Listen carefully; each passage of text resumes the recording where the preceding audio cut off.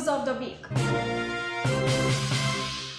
In order to tackle the issue of pollution in the national capital, the Delhi government has urged its neighbouring states including Uttar Pradesh, Haryana, Rajasthan and Punjab to ban firecrackers. For the Delhi government also has suggested its surrounding state to shift their public transport vehicles in the national capital region to CNG and adopt a policy to promote electric vehicles. During an online meeting of NCR state convened by Union Environment Minister Bhupendra Yadav, the Environment Minister Gopal Rai made suggestions that neighbouring states shift their public transport vehicle in the national capital region NCR to CNG and adopt an electric vehicle policy. The minister added that extension should not be given the thermal power plants in NCR that are operating without emission control devices. We have also suggested that Haryana and Uttar Pradesh constitute a task force for pollution hotspots in their areas surrounding Delhi for ground visits and focused work, he said. Last week, the Delhi government imposed a complete ban on the shortage, sale and use of all types of firecrackers. Ahead of Diwali, Delhi Chief Minister Arvind Kejriwal said the decision was taken after considering pollution level in Delhi during the festival over the last 3 years. The United States announced on Monday that the COVID travel ban imposed to prohibited travelers from entering the country will be lifted in November for those who are fully vaccinated. Vaccinated people from countries like India can now travel to the US with proof of their vaccination before they board a US-bound. The US is allowing air travel to fully vaccinated people from 26 countries in Europe including France, Germany, Italy, Spain, Switzerland and Greece as well as Britain, Ireland, China, India, South Africa, Iran and Brazil from November. It will require for nationals to be vaccinated to prove they are vaccinated and then go to the testing tracing regimens. Fully vaccinated travelers will need to be complete pre-departure testing within 3 days. Departure to the United States and show proof to a negative test. On the other hand, unvaccinated Americans will be able to return to the US but will have to fulfill stricter testing requirements. They will need to be tested within 1 day of departure and will be required to test again post their arrival. Earlier this month, President Joe Biden extended the masking requirement on airplanes and TSA doubled fines for passengers who refuse to mask. Meanwhile, it informed the CDC will determine which vaccine is acceptable for entry into the US. Government of Goa has decided to relax restrictions imposed due to second wave of COVID-19 pandemic. Under this reopening process, many tourist attractions in Goa are set to reopen.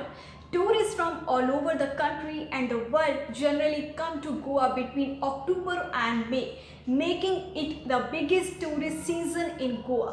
The state government is gradually opening tourist attracting facilities and sites. The government has approved reopening of all casinos and ships parked on the banks of Mandvi River from employees and customers who have been fully vaccinated for 15 days and above would be only once allowed to enter these sites. They also need to be present a negative report for an RT-PCR test done within 72 hours of entering. Spas and massage parlors are also scheduled to reopen with the same restrictions. Water parks and entertainment parks could be opened but with a 50% capacity limit. Cinema halls can also be opened with the same 50% occupancy limit.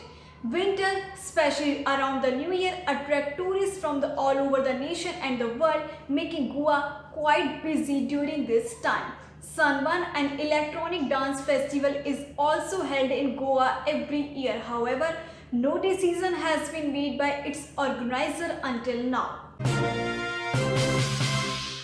The Union Civil Aviation Ministry on Saturday said the airlines can now operate a maximum of 85% of their pre-COVID domestic flights instead of the 72.5% permitted till date. The airlines have, as per the Civil Aviation Ministry's earlier order, been operating 72.5% of their pre-COVID domestic flights since August 12.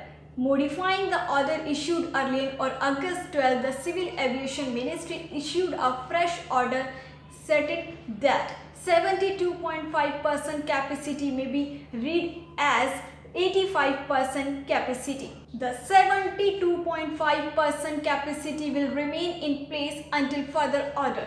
The order added the capacity was at 65% between July 5 and August 12, while the capacity stood at 50% between June 1st and July 5th. The Civil Aviation Ministry had said that decision on May 28 to bring down the capacity from 80 to 50% from June 1 onwards was taken in view of the sudden increase in the number of active COVID-19 cases across the nation, decrease in passenger traffic and the passenger. Pattaya is on track to restarting its tourism sector on October 1st. Although the schedule could be deferred, the so-called Pattaya moves on tourism sandbox remains on track for reopening on October 1st, as confirmed by the Tourism Authority of Thailand. And the Tourism and Sports Ministry, Chonburi, is one of the 5 provinces planned for the October 1st reopening. However, only tourist magnet areas and the district of such provinces will see the resummitations of tourist businesses. That governor said on Saturday that the 5 provinces except for Bangkok are now ready for reopening. Bangkok has constantly reported the highest daily caseload, with Governor Aswin spelling out the 3 conditions for the capital's return to tourism. 70% of its population being fully vaccinated by around October 22, higher drops in daily infection and bigger drops in hospitalization. Although the Pattaya is gearing up for reopening to tourists, tentatively set for next month, the famed Alcazar show theatre is not yet ready for it. Alcazar executive Pavin said that since the outbreak of COVID-19 in February last year, Pattaya had been almost without tourists, and particularly without the foreigner who constitute the majority of its customers. Before COVID-19, Alcazar was one of the city's 2 best known theatres, presenting shows with colorfully costumed transgender performance and high-tech lighting. The other was Tiffany. Both are in Pattaya side 2 road in Bang Lumang district. But with no money coming in, Alcazar had temporarily closed. However, it had continued to take care of its staff of about 400, Mr. Pavin said. But Alcazar would remain closed in the early stages because more than 90% of its normal customers were foreign tourists. It would reopen once foreign tourists had the confidence to return and arrival were steady. When Alcazar does reopen, the audience for each show would have to be reduced from about 1,000 to 500. They would have to be fully vaccinated and observe health safety rules such as social distancing, hand washing and mask wearing, Mr. Pavin said. These were the top news of the week. Keep connected to the Indo Thai news.